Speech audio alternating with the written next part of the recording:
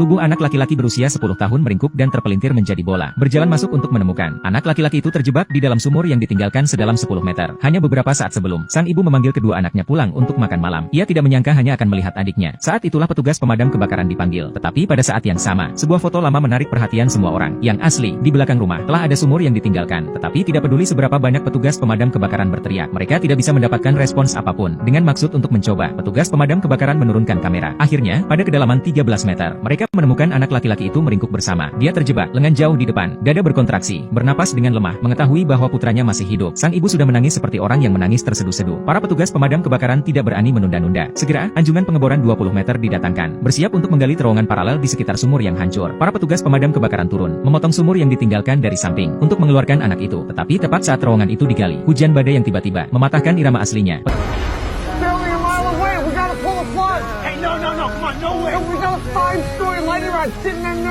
Tidak ada waktu untuk kalah. Kapten memutuskan untuk segera mengirim seseorang ke bawah. Dan saat itulah, Pete, pria yang paling bugar secara fisik, melangkah maju. Kesepakatan itu dibuat selama setengah jam. Apapun yang terjadi, ia harus keluar. Dengan semua orang mengharapkannya. Perlahan-lahan, ia diturunkan ke bawah. Tetapi tepat saat ia mencapai posisinya, walkie-talkie kehilangan sinyal. Tidak ada waktu untuk berpikir. Pete menggali dengan tangan kosong. Tetapi ruangnya terlalu sempit. Dengan kesulitan besar. Akhirnya, ia memotong dinding samping sumur yang hancur.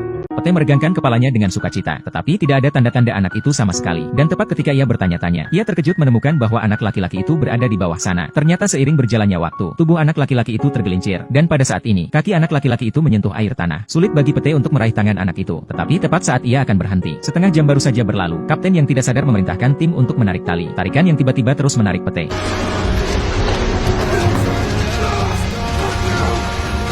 Pete tidak punya pilihan selain memotong talinya. Ia jatuh dengan cepat. Kapten, yang melihat tali putus, menyadari bahwa ada sesuatu yang salah. Ia segera memerintahkan Mike untuk turun untuk mendukung dan pada saat yang sama, Pete merangkak masuk lagi. Ia menarik anak itu keluar dengan sekuat tenaga, dan membungkus selimut termal di sekelilingnya segera setelah ia bisa, untuk mencegah anak itu menguji suhunya. Saat itulah Mike tiba. Syukurlah Anda baik-baik saja. Saya khawatir saya harus menyelamatkan 2 orang. Kedua pria itu tidak berani menunda lebih lama lagi. Kesepakatannya adalah bahwa Mike akan membawa anak itu ke atas terlebih dahulu. Kemudian mereka akan menurunkan tali dan menyelamatkan Pete, anak laki-laki yang telah terjebak selama 20 jam. Anak laki-laki itu akhirnya diselamatkan. Orang-orang bertepuk tangan dan merayakannya. Tetapi, saat mereka hendak menurunkan tali untuk menyelamatkan Pete, sambaran petir tiba-tiba menyambar Rick.